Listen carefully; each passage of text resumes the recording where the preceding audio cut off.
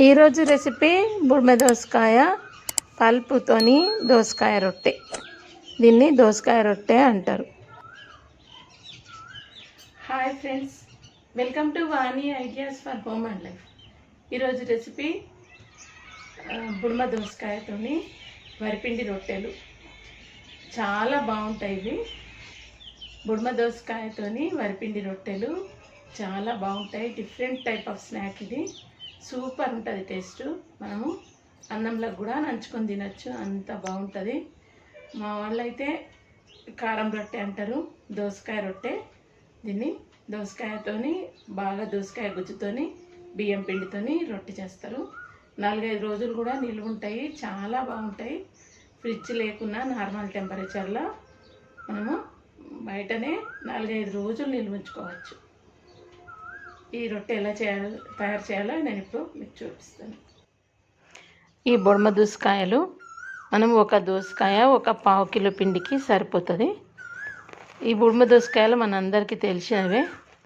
అయితే నేను ఒక గ్లాస్ సగం బియ్యం పిండి తీసుకుంటున్నాను, దాన్ని జల్లించుకుంటున్నాను. దీంట్లో మనకేమైనా చెత్త ఉందేమో అప్పుడప్పుడు. ఒకవేళ పిండి వాడకపోతే రెగ్యులర్గా మనం జల్లించుకుంటున్నాను.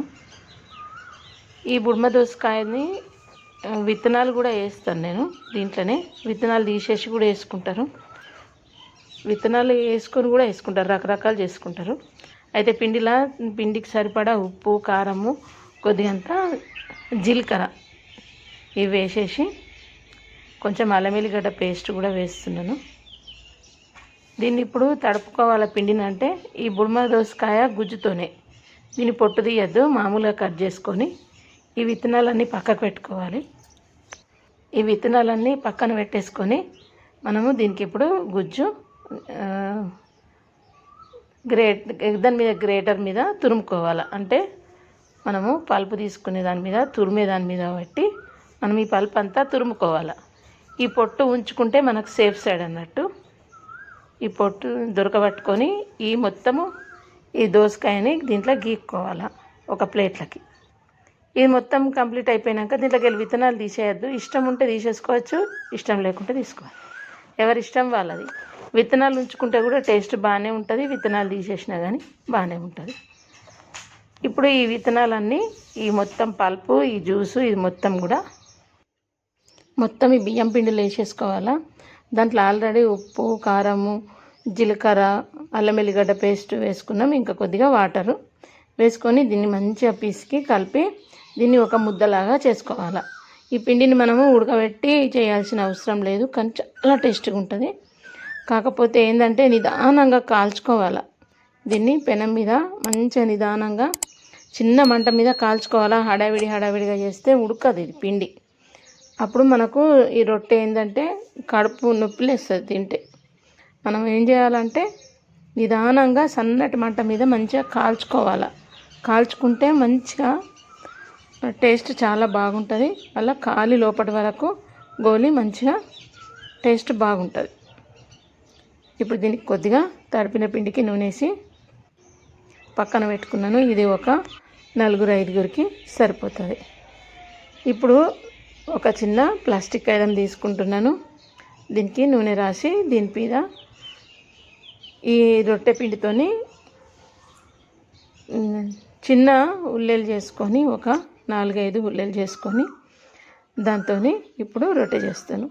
ఇది మనం బాగా గట్టిగా తడుపుకోవద్దు, పిండి మామూలుగానే తడుపుకోవాలా. గట్టిగా తడుపుకుంటే మనకు చేయరాదు, కదలదంతా పగిలిపోతుంది అన్నట్టు. ఈ రొట్టె అంతా పగిలిపోతుంది. అట్లా పగిలిపోకుండా నీట్గా మెత్తగా రావాలంటే ఇట్లా కొంచెం పిండిని మెత్తగానే తడుపుకోవాలా. మెత్తగా తడుపుకొని నూనె వేసి ప్లాస్టిక్ కాయద మీద పెట్టుకొని దీన్ని రొట్టెలాగా రౌండ్గా రొట్టెలాగా చేసుకొని నీట్గా అస్సలు కొనలన్నీ పగలకుండా ఏం రాకుండా నీట్గా చేసుకోవాలి. చేసి దీన్ని మనము పెనం మీద నూనె వేసుకొని కాల్చుకోవాలి. దీన్ని మనం 3-4 రోజులు బయట మామూలు రూమ్ టెంపరేచర్లో బయటనే గిన్నెలో ఉంచుకోవచ్చు. టేస్ట్ చాలా బాగుంటుంది. 4 రోజుల వరకు ఈ రొట్టెలు నిల్వ ఉంచుకుంటాం కాబట్టి మనం వీటిని ఎక్కువ చేసుకున్నా కానీ టేస్ట్ బాగుంటుంది. వేడి మీద తింటే ఒకలాంటి టేస్టు, చల్లగా ఉన్నప్పుడు ఒకలాంటి టేస్టు ఎట్లా తిన్నా కానీ బాగుంటుంది.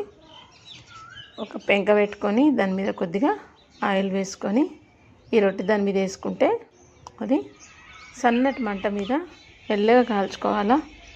బాగా వేడిగా కాలితే కూడా అది కాలదు లోపటి వరకు, పచ్చిపిండి కాబట్టి. ఈ రొట్టె కాలే వరకు ఇంకొక రొట్టె చేసుకోవాలా కాయల మీద. కానీ చాలా ఈజీగా సింపుల్గా చేసుకోవచ్చు. ఎవరైనా కానీ ఇష్టపడతారు.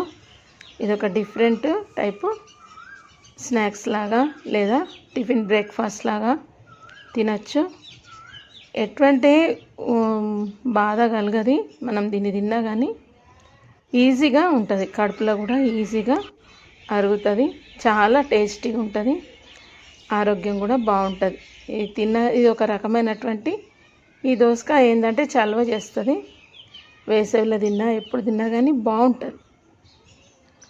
మీరు నా వీడియోని ఏ సిటీ నుంచి వాచ్ చేస్తున్నారో నాకు కామెంట్ బాక్స్లో కామెంట్ పెట్టండి. దీన్ని అసలు పెనంకి డైరెక్ట్గా నూనె రాసి పెనంకే దీన్ని ఒత్తుకొని దాన్ని అట్లనే కాల్చుకోవచ్చు. కాకుండా ఇట్లా కూడా చేసుకోవచ్చు. రెండే ఉంటే ఒకటే ఉంటే మనం పెనానికి కాల్చేసుకొని దీన్ని పెనానికి ఒత్తేసి కాల్చుకున్నా కానీ చాలా టేస్టీగా ఉంటుంది. ఇవి దోసకాయ రొట్టెలు. రకరకాల రొట్టెలు చేసుకుంటారు, అందులో ఇది దోసకాయ రొట్టె. దీన్ని మనము పెరుగుతోని ఉల్లిగడ్డతోని సైడ్ డిష్గా తినొచ్చు. చాలా టేస్టీగా చాలా డెలిషియస్గా ఉంటుంది. ఒకసారి ట్రై చేయండి. నేను చేసే ఈ డిష్ ఎలా ఉందో నాకు ఒకసారి కామెంట్ బాక్స్లో కామెంట్ పెట్టండి.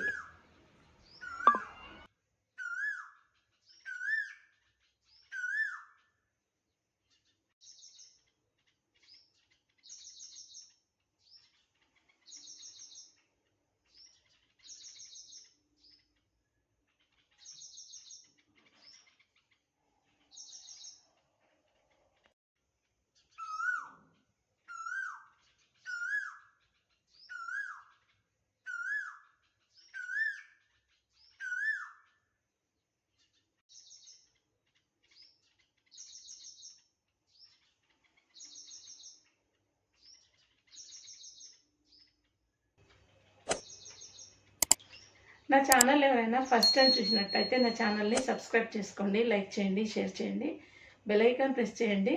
బెల్ ఐకాన్ ప్రెస్ చేస్తే నేను చేసే వీడియో నోటిఫికేషన్స్ మీకు ముందుగానే వస్తాయి. Thank you for watching my channel. Thank you very much.